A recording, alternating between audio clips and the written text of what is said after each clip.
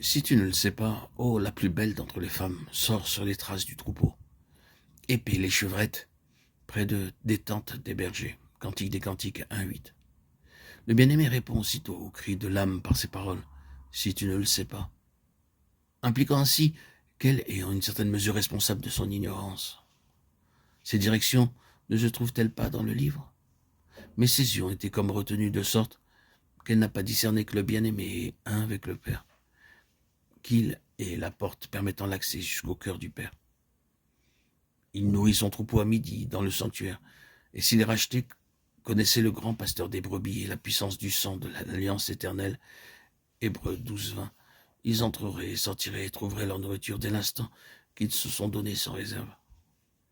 Même si le repos de midi implique une certaine maturité et s'il n'est réalisé dans sa plénitude que par l'âme qui poursuit la connaissance de Dieu. Cependant, dès les premiers pas dans la vie spirituelle, le racheté trouve accès auprès de Dieu en Christ.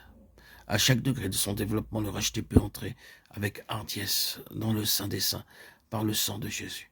Il est invité à s'approcher avec un cœur sincère et une entière confiance, ayant le cœur purifié d'une mauvaise conscience. Hébreux 10, 19, 22.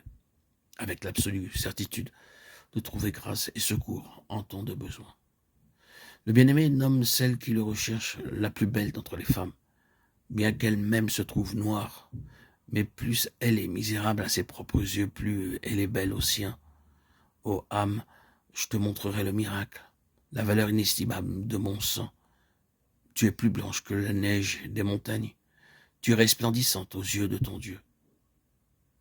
Et comme elle lui a demandé où elle devait aller, le bien-aimé l'envoie sur les traces du troupeau. Il l'invite à continuer de s'occuper auprès des tentes des bergers.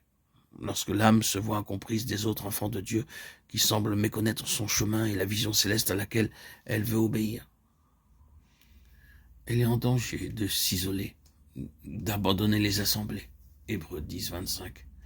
Dans les tentes des bergers, elle est en danger de ne plus voir la nécessité de persévérer dans les moindres choses au service du Maître, de délaisser toute activité déjà confiée à ses soins. Lorsque le Saint-Esprit dépouille l'âme de ce qu'on peut nommer un moi consacré et une activité charnelle, il est important de continuer à s'acquitter fidèlement du moindre devoir et d'apprendre à agir par principe, non plus parce que la chose intéresse ou attire. Va sur les traces du troupeau, dit le bien-aimé. Garde-toi de t'enfermer avec les quelques personnes qui te comprennent, mais avance sur le chemin du devoir, laissant à ton Seigneur, qui est fidèle, de choisir le moment et la manière d'exaucer ta requête. Alors, tu connaîtras le repos de midi, tu reposeras dans le cœur même de Dieu. Mais prends garde aussi, en avançant sur les traces du troupeau dont le grand berger prend soin, de ne point te préoccuper de cette avance plus que de ton bien-aimé. C'est à lui seul que tu dois regarder, lui te conduira par le droit chemin jusqu'à la cité d'habitation.